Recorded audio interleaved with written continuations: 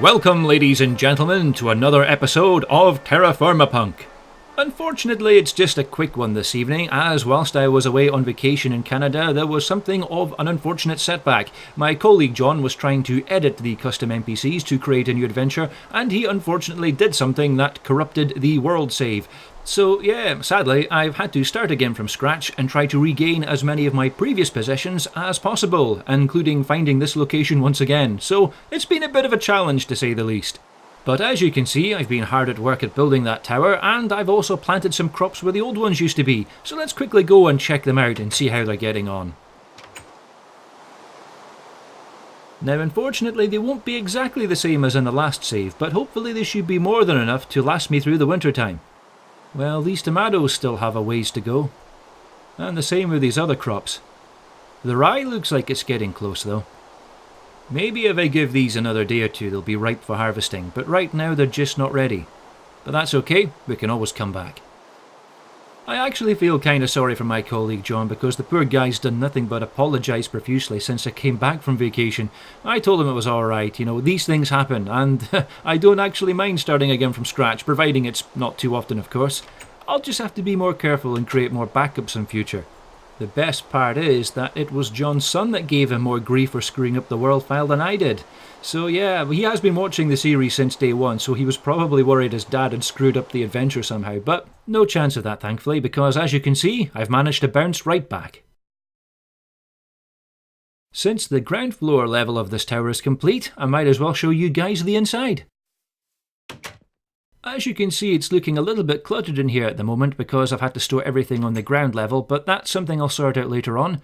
And as we head upstairs and open these trapdoors here, you can see the top floor. This will be the second floor eventually, and I plan to expand this into probably about 2 or 3 floors eventually. These lanterns I found as loot in one of the nearby ruins, and I've just stuck them up here temporarily. So as we come to the ledge, you can see that this place gives us a fantastic view of the settlement itself and the surrounding area, which will be very useful later on when it comes to defending this place. I apologise for using the jack-o'-lanterns to light the place up. I promise in future I will replace them with lampposts or something more suitable for the settlement. Right now, however, they're just the best things I've got to keep the place lit up at night time, just to stop anything from spawning inside. Anyway, that'll do for this evening. I shall meet you guys again in the morning. Right, now that it's morning, it's time for me to make this charcoal pit. And to do this, as you can see, I am adding some piles of logs under the ground here, just 1 level below the surface, and as you can see from here, I'm trying to make them as fully stacked with logs as I possibly can.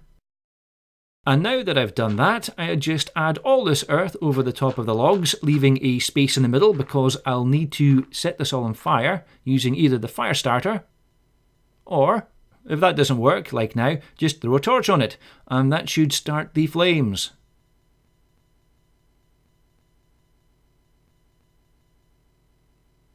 And once that's done, I just put the earth over the top, which, if all goes well, should start the charcoal fire under the ground. Yeah, there we go. We can see it smouldering away under the ground there nicely. And hopefully in about 8 hours' time that should give us some charcoal, which should be more than enough time for us to now go and check those crops.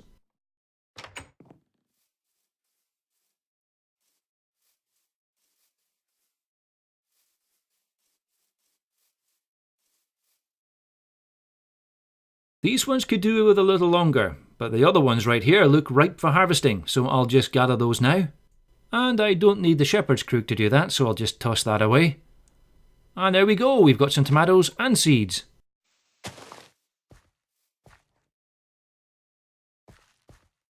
And I'll do the same with the rice here, and these carrots as well. I'll keep gathering the rest of the crops in this field that are ripe, and I'll plant them elsewhere so that the nutrients don't get all used up, but I'll do that off camera as it's quite boring and grindy, and what I'll do is I'll start recording later on once I'm finished. So, I'll see you guys later. Now that I've slept through the night, more than enough time should have elapsed to allow the wood to have burnt into charcoal, so I'll just come over this way, and grab some cherries too whilst I'm here, and start digging the ground here to see if I can find the charcoal. There we go, that looks promising. Now I've just got to dig the rest of the earth away.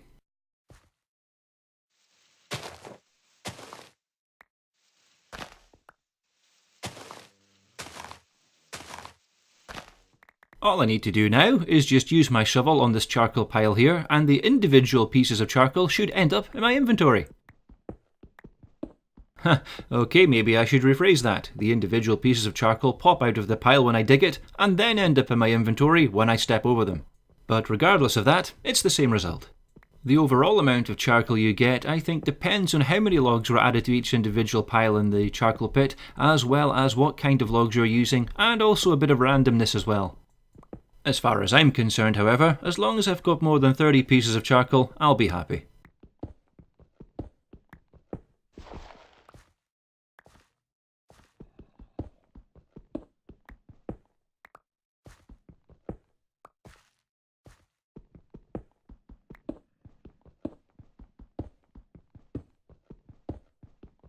And my shovel broke. That's okay. It was made out of stone, so I kind of expected that, so I'll just make a new one.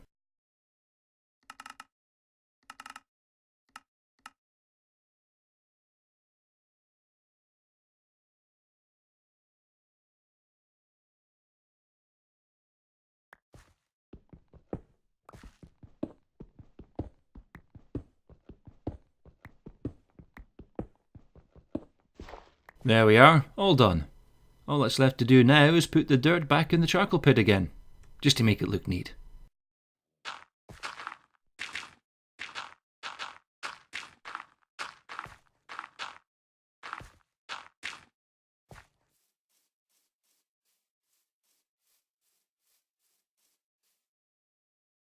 And I've managed to get 49 pieces of charcoal, which is pretty good. I'll need those later on as fuel for the forge that I'll be building. Ultimately, I plan on turning this tower into a castle, similar to the one I built on the Sin Gaming server, but I'll need to build a forge first, and I'll do that on the ground here next to the tower itself. But first, we need to find some more ore. The two main types of ore I'm looking for at the moment is copper and also cassiterite, or anything that will provide me with tin. And the reason why is because I need to mix those two together to make bronze, which is the next step before the Iron Age. I had spotted this copper vein earlier when I was exploring, so I'll just dig it away to see how far down it goes and try to grab as many as I can. If I can get more than 10 of these rich copper nuggets, then that'll be a great start for me. I will have to be careful, however, that whilst I'm digging through this ore vein that I don't cause a cave-in. I have brought some wooden supports with me, but I'd only intended to use those whilst I was digging a proper mine shaft underground, not just for a surface excursion like this one. But I should be okay, providing I don't get carried away, of course.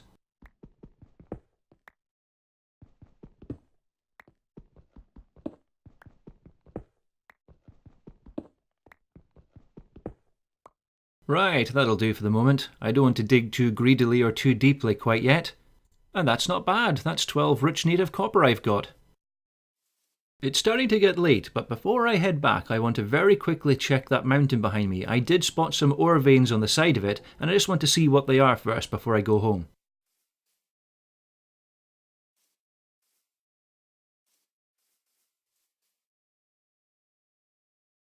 That is a really steep looking mountain though. I have a feeling that's going to test my parkour skills to the limit.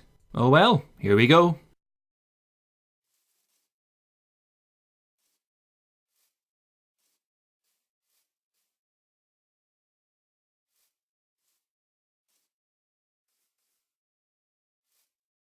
Climbing up this mountain's the easy part. It'll be the coming back down again that'll be interesting. And it looks like it's standard native copper. Okay, well that's okay, that's fine. I didn't expect it to be rich like the one down below, but you know, it's all good. Right, time to head back as quickly as I can. Ah, what the heck? Whee! I actually did something like that in a previous game many moons ago when it was the beginning of winter and I didn't realise the lake down below had started to ice up. Yeah, let's just say the landing didn't quite go as well as I expected. Well, this looks as good a place as any to wrap things up for this evening. Hopefully by next episode I'll have made a start on the forge and probably even got myself either a copper or bronze anvil. So once again, I'd like to thank you guys for watching, and if you liked what you saw and you'd like to see more, don't forget to like and subscribe, that always helps. And as always, this is Robertson, signing off.